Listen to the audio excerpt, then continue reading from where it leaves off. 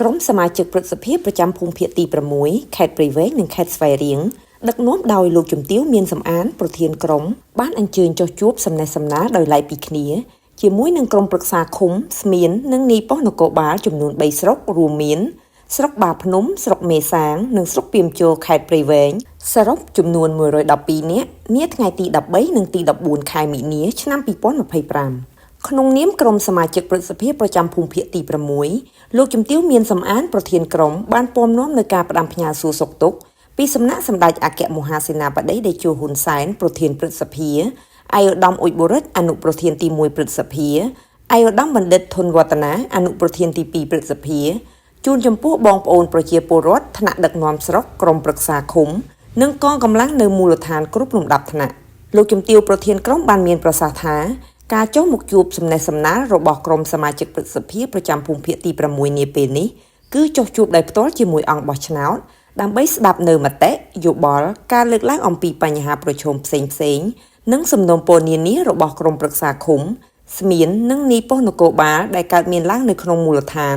ដោយផ្ដោតសំខាន់ទៅលើការផ្ដល់សេវាសាធារណៈជូនប្រជាពលរដ្ឋនិងការអនុវត្តគោលនយោបាយភូមិឃុំមានសុវត្ថិភាពដោយបានការអនុញ្ញាតពីលោកជំទាវប្រធានឯកឧត្តមឈួនលេងលេខាធិការក្រុមក៏បានជម្រាបជូនអំពីមុខងារស្នូលទាំង3របស់ព្រឹទ្ធសភាគឺមុខងារនីតិកម្មមុខងារតាមដានការអនុវត្តច្បាប់និងមុខងារជាតំណាង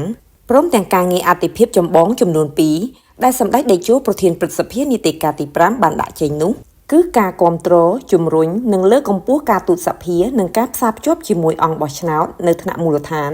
ហើយបានបញ្ជាក់ថាថ្នាក់លើបានផ្ទេរអំណាចវិមជ្ឈការមកដល់ថ្នាក់ក្រោមជាតិគឺផ្ទេរទាំងអស់ផ្ទេរទាំងអំណាចនិងធនធានវាជាចំណុចសំខាន់ដែលជាឱកាសត្រូវតែពង្រឹងស្មារតីរបស់ខ្លួនធ្វើជាមន្ត្រីគំរូ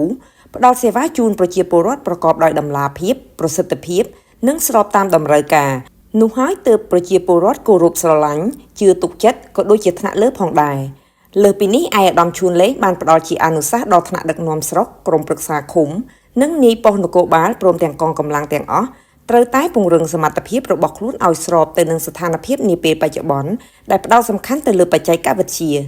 បន្ទាប់ពីបានស្ដាប់សេចក្តីរាយការណ៍របស់អាជ្ញាធរស្រុកនិងការចូលរួមមតិយោបល់ព្រមទាំងសំណុំពរផ្សេងៗរបស់ក្រុមប្រឹក្សាឃុំស្មៀននិងនាយប៉ុស្តិ៍នគរបាលរួចមកឯកឧត្តមហេងហាលីមសមាជិកក្រុមក៏មានមតិចូលរួមថាបញ្ហាប្រឈមនៅក្នុងមូលដ្ឋានពិតជាមានច្រើនហើយពិបាកដោះស្រាយត្រូវតែមានការរួមចំណែកពីថ្នាក់លើក៏ដូចជាមូលដ្ឋានជាពិសេសក្រសួងពាក់ព័ន្ធនេះតែម្ដងទើបទទួលបានលទ្ធផលល្អជូនប្រជាពលរដ្ឋនៅក្នុងមូលដ្ឋាន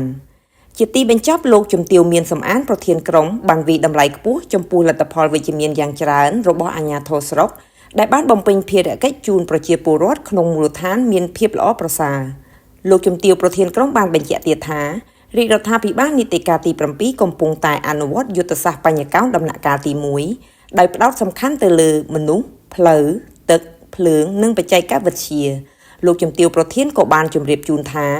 នៅខែឧសភាខាងមុខនេះព្រឹទ្ធសភារដ្ឋសភានឹងធ្វើសមាជរួមគ្នាតាក់ទងទៅលើកសិកម្មការងារក្រៅប្រព័ន្ធនិងការគាំពារសង្គមចំពោះសំណើនិងសំណូមពរក្រុមសមាជិកព្រឹទ្ធសភាប្រចាំភូមិភាគទី6នឹងធ្វើរបាយការណ៍ជូនគណៈកម្មាធិការអចិន្ត្រៃយ៍ព្រឹទ្ធសភានិងស្នើសុំគោលការណ៍ឯកភាពពីថ្នាក់ដឹកនាំព្រឹទ្ធសភាដើម្បីធ្វើសំណើទៅក្រសួងស្ថាប័នពាក់ព័ន្ធនានាដើម្បីដោះស្រាយទៅតាមជំនាញនីមួយៗហើយក៏សូមជូនពរថ្នាក់ដឹកនាំស្រុកក្រុមប្រឹក្សាឃុំស្មៀននីប៉ុស្តិ៍នគរបាលសូមសំប្រកបនឹងពុទ្ធពរទាំង4ប្រការគឺអាយុវណ្ណៈសុខៈពលៈកុំបីឃ្លានឃ្លាតឡើយ